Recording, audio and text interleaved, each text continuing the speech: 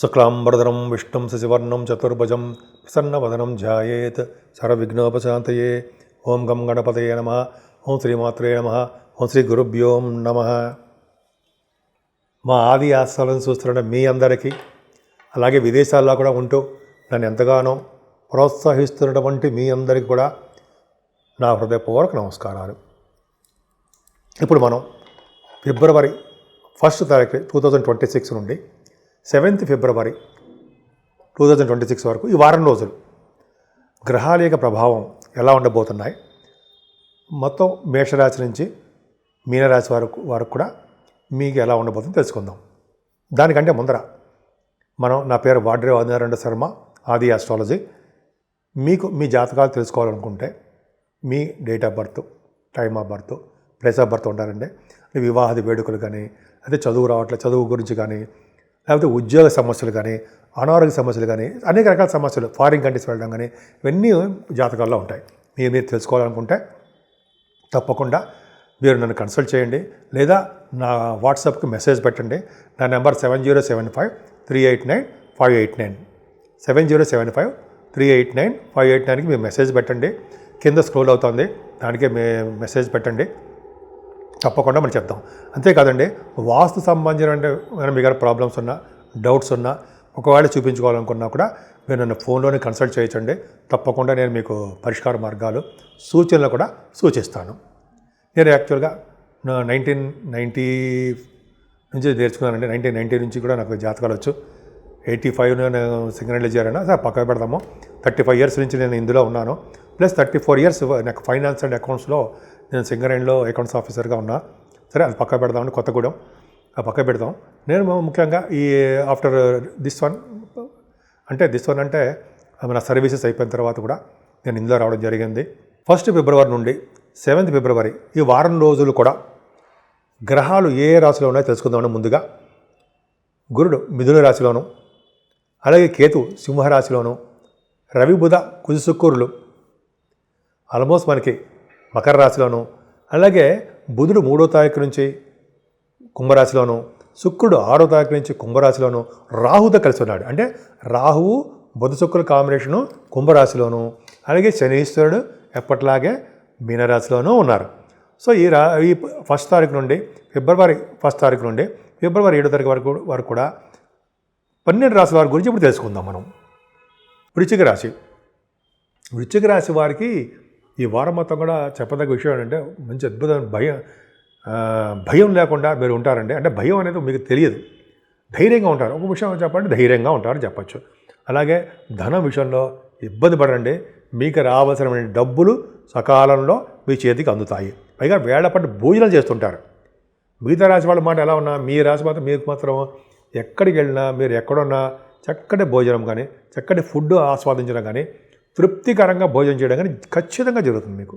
అంటే మీకు నచ్చిన వంటలు ఉంటాయి ఎక్కడికి వెళ్ళినా. అది అదృష్టం కదండి, దంతస్థిర అంటుందండి. సరే, అది పక్కన పెడితే ముఖ్యంగా మీ కంఠధ్వని, ముఖవర్చస్సు ఈ వారం మొత్తం బ్రహ్మాండంగా పెరుగుతుంది. మీరు తెలివైన వారు, జ్ఞాపక శక్తి ఎక్కువ.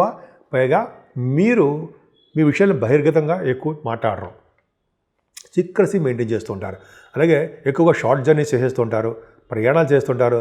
లగ్నాభి వచ్చేసేది ఉన్నాడు కాబట్టి వాహన ప్రాప్తి కలగడానికి ఎక్కువ అవకాశాలు బ్రహ్మాండంగా ఉన్నాయి. చదువులో ఆటంకాలు ఉండవు, తోబుట్టువులు బాగుంటారు, ధైర్యం పెరుగుతుంది. పైగా భూములు ఉంటాయి, నటనారంగంలో బాగా సక్సెస్ అవుతారు, కంఫర్టబుల్నెస్ ఎక్కువ, తల్లిగారికి బాగుంటుంది. ఇలా చెప్పుకుంటే లేకపోతే అద్భుతంగా ఉంటుంది కదండి. ఎప్పుడు కూడా మీరు ఇబ్బంది పడవలసిన అవసరం లేదు. రైతులకు కూడా బాగుంటుంది. ఇంతేకాకుండా స్టాక్ మార్కెట్లో లాసులు రావడము, సంతానం నష్టము, కొంత ఇబ్బంది. నష్టం అంటే నష్టం చనిపోతాను కాదండి, సంతానం వల్ల ఇబ్బంది కలగడము, ఆలస్యంగా సంతానం కలగడం జరుగుతుంది. ఏదైనా వివాహ శుభకార్యాలు ఆలస్యం అవుతుంటాయి మీ ఇంట్లో ఎప్పుడు కూడా. కాబట్టి ఈ నెల నుంచి కూడా వివాహాది వేడుకలు జరగడానికి అవకాశం ఉంది. కానీ మీ ఆరోగ్యం పట్ల జాగ్రత్త వహించండి. కోర్టు లా రిలేటెడ్ సంబంధించిన విషయాలు మీరు తూర్పు అనుకూలంగా ఉండడానికి అవకాశాలు ఉన్నాయి. మీ జాతకాలు వేసి ఆధారపడి ఉంటుందండి. గురుడు 8th హౌస్లో ఉన్నాడు కాబట్టి యోగంగానే ఉంటుంది. శత్రు భయం లేకుండా సేవకా జనం కలిగి ఉంటారు. తీర్థయాత్రలు ఎక్కువ చేస్తారు మీరు. మీ చదువు రీత్యా విదేశ పర్యటన ఉంటుంది. ముఖ్యంగా మీ సాఫ్ట్వేర్ రంగ ఉద్యోగస్తులకి, అలాగే గవర్నమెంట్ సంబంధించిన ఉద్యోగస్తులకి ప్రమోషన్స్ వస్తాయి. మీరు చేస్తున్న వృత్తిలో బాగా డెవలప్మెంట్స్ కనిపిస్తూ ఉంటాయి. మీ పై అధికారులు మీకు మన్ననలు ఇస్తారు, సపోర్ట్ చేస్తూ ఉంటారు. మీ చాలా మంచి అద్భుతమైన కాలం అని మాత్రం చెప్పచ్చు. కాకపోతే అంటే చేస్తున్న వ్యాపారాల్లో కొద్దిగా చిన్న చిన్న నష్టాలు, అదే మీకు ధనం రావడం ఆలస్యం అవడంలో ఇవి జరగడానికి అవకాశం ఉంది మీ రాశి వారికి. ఇప్పుడు మనం పరిష్కార మార్గాల గురించి తెలుసుకుందాం. 12 రాశుల వారు కూడా, అంటే మేషరాశి నుంచి మీనరాశి వారి వరకు కూడా 12 రాశుల వారు ముఖ్యంగా చేసుకోవాల్సిన పరిష్కార మార్గాలు అంటే మనం ఏ పూజ చేస్తే బాగుంటుంది అనేది తెలుసుకుందామండి. ఇలా చేసినందుకు మాత్రాన ఒకేసారి మనకేమీ లైఫ్ మారిపోదు. కానీ మనకు వచ్చే అడ్డంకులు అంటే మనకు ఏమైనటువంటి ప్రాబ్లమ్స్ నుండి కొంచెం బయటపడడానికి అవకాశం ఉంటుంది. ప్రతి రాశి వారు ముఖ్యంగా పూజించవలసిన దేవుడు ఈ నెలలో సూర్యభగవాన్ ఆరాధన, అలాగే పద్మావతి అమ్మవారు, వెంకటేశ్వర స్వామి వారి యొక్క దర్శనాలు, శివాభిషేకాలు, మేధా దక్షిణామూర్తి గారి యొక్క దర్శనము, ఆయన యొక్క పూజలు చేసుకోవడం వలన సర్వసుఖాలు సర్వశుభాలు పొంది తీరుతారు. మనం ఈ నెల ఫిబ్రవరి 15వ తారీఖునే శివరాత్రి వస్తుందండి. మనకు నానుడు ఉంది కదా, జన్మానికో శివరాత్రి అని. కరెక్టేనండి. ఒక్కసారైనా మన జన్మలో స్వామివారిని, అంటే ఈ ఫిబ్రవరి నెలలో స్వామివారిని పూజించడం చాలా చాలా ఫలితాలు ఉంటాయి. అందున స్వామివారి ఉద్భవించినటువంటి కాలం ఇది, అంటే అర్ధరాత్రి పూట.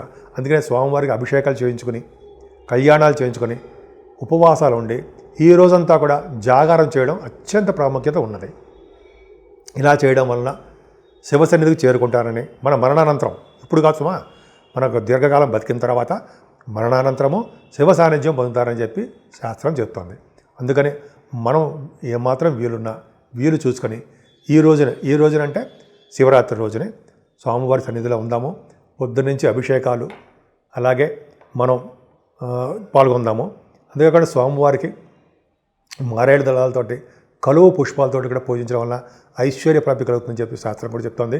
కాబట్టి ఈ రాత్రిపూట స్వామివారిని అభిషేకాలతో పాల్గొనడము, స్వామివారికి కళ్యాణం చేయించుకోవడమే మనం చేస్తాం.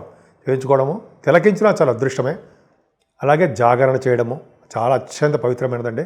ఏమాత్రం అవకాశం ఉన్నా మీరు, అంటే 12 రాసుల వారు కూడా ఈ కార్యక్రమం చేసుకుంటే అత్యంత ఫలితాలు ఉంటాయి. ఈ సంవత్సరం మొత్తం ఏ చేసినా చేయకపోయినా ఒక్క శివరాత్రి పూట మనం ఈ పూజ స్వామివారికి, అంటే శివుడికి అభిషేక ప్రియుడు కాబట్టి చేసుకోవడం వలన, అన్ని పూజలు చేసుకోవడం వలన స్వామివారి సన్నిధికి మనం చేరుకుంటాం.